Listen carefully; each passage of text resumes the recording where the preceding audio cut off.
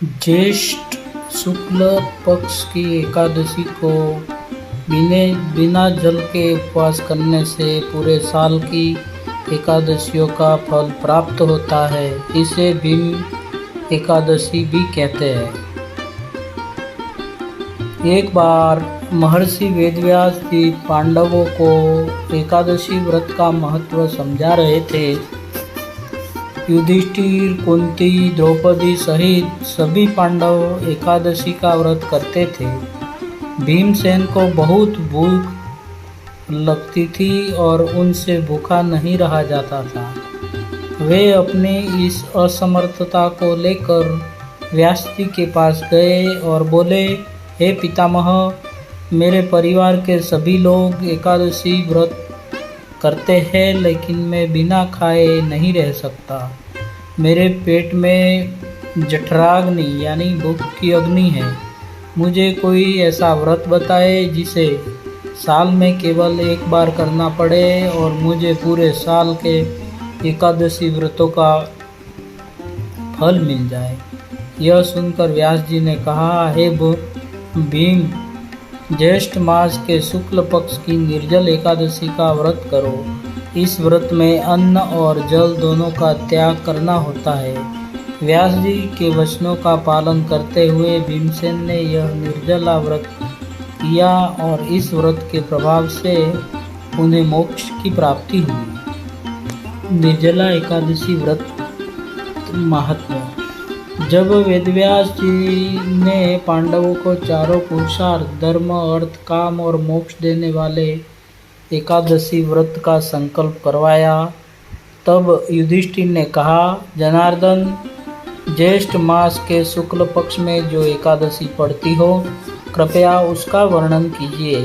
भगवान श्री कृष्ण ने कहा, राजन, इसका वर्णन परम धर्मात्मा व्यास जी करेंगे, क्योंकि वे संपूर्ण शास्त्रों के तत्वज्ञ और वेदांगों के पारंगत विद्वान हैं। तब वेद व्यास जी कहने लगे, कृष्ण और शुक्ल पक्ष की एकादशी में अन्न खाना वर्जित है। द्वादशी को स्नान करके पवित्र होकर फूलों से भगवान केशव की पूजा करें। फिर पहले ब्राह्मणों को भोजन देकर अंत में स्वयं भोजन करे।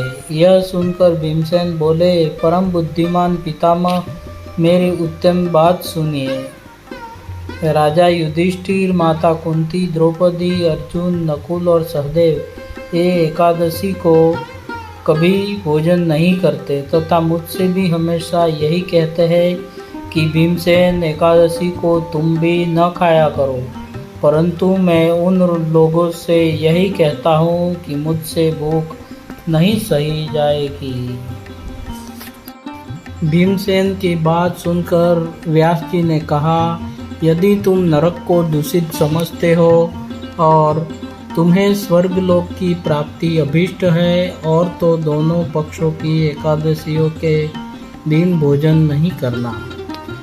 भीमसेन बोले, महाबुद्धिमान पितामह, मैं आपके सामने सच कहता हूँ, मुझसे एक बार भोजन करके भी व्रत नहीं किया जा सकता, तो फिर उपवास करके मैं कैसे रह सकता हूँ।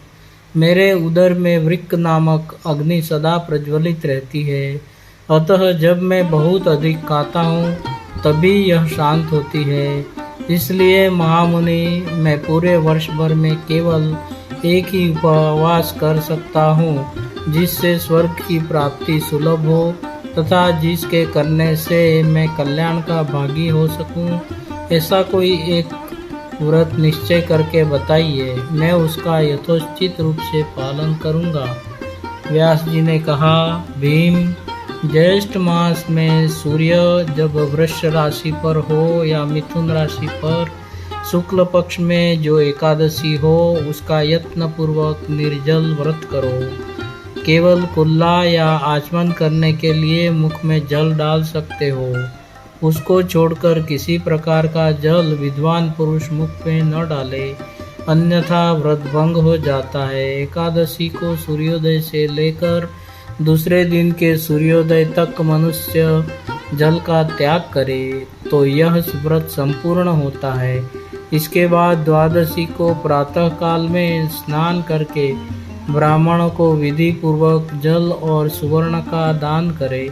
इस प्रकार सब कार्य पूरा करके जितेंद्रिय पुरुष ब्राह्मणों के साथ भोजन करे। वर्ष भर में जितनी एकादशियां होती है उन सब का फल इस निर्जला एकादशी से मनुष्य प्राप्त कर लेता है, इसमें तनिक भी संदेह नहीं है।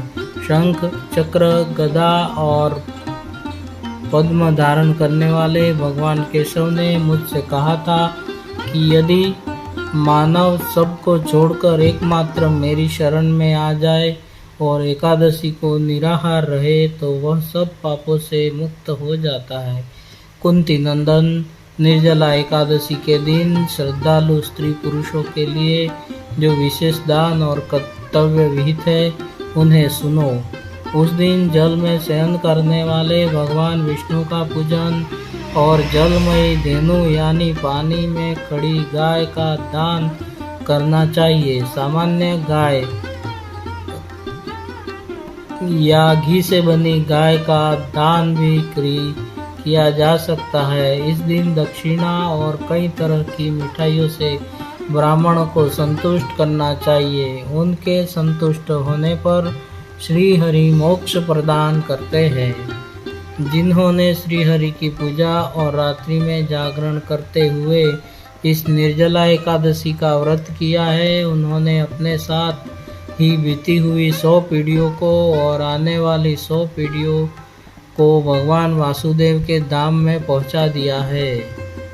निर्जला एकादशी के दिन अन्न, वस्त्र, गौ, जल, सैया, सुंदर आसन, कमंडलू तथा छाता दान करने चाहिए। जो श्रेष्ठ तथा सुपात्र ब्राह्मण को जूता दान करता है वह सोने के विमान में बैठकर स्वर्गलोक में प्रतिष्ठित होता है। जो इस एकादशी की महिमा को भक्ति पूर्वक सुनता अथवा उसका वर्णन करते हैं वह स्वर्गलोक में जाते हैं। चतुर्दशी युक्त अमावस्या को सूर्य ग्रहण के समय श्राद्ध करके मनुष्य जिस फल को प्राप्त करता है वही फल इस कथा को सुनने से भी मिलेगा। भीमसेन ज्येष्ठ मास में शुक्ल पक्ष की जो शुभ एकादशी होती है उसका निर्जल व्रत करना चाहिए। उस दिन श्रेष्ठ ब्राह्मणों को शक्कर के साथ जल के घड़े दान करने चाहिए। ऐसा करने से मनुष्य भगवान विष्णु के समीप पहुंचकर आनंद का अनुभव करता है। इसके बाद द्वादशी को ब्राह्मण भोजन कराने के बाद स्वयं भोजन करे। जो इस प्रकार पूर्ण रूप से पाप नाशिनी एकादशी का व्रत करता है वह सब पापों से मुक्त हो आनंदमय पद को प्राप्त हो जाता है। यह सुनकर भीमसेन ने भी इस शुभ एकादशी का व्रत आरंभ कर दिया।